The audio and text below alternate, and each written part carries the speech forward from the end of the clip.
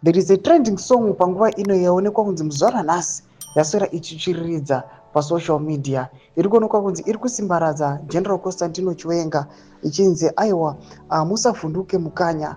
This song aiwa it is being accompanied aiwa neevidhio rinoonekwa kunzi aiwa ndereyekutanga kugore rinori aiwa mutevedzeri wemutungamiri wenyika Vice President Constantino Chiwenga pavanga vari acting president vakagadhiwa aiwa nemaguards avo pamwe chete nemaarmy soldiers. Sanapinda mashoko mudanyorwa panapa kuti bosubscribe like on the bell icon.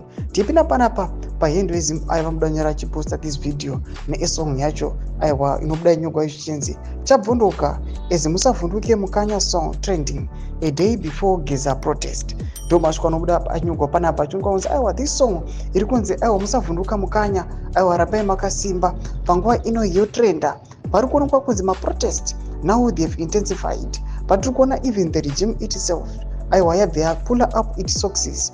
Panapa tichiona kuti mumastreets nemucbd kwese mumabig towns aiwa wakaita sana Bulawayo, Harare, Gweru, Masvingo kuri kuonekwa kunzi hakuna kumira zvakanaka.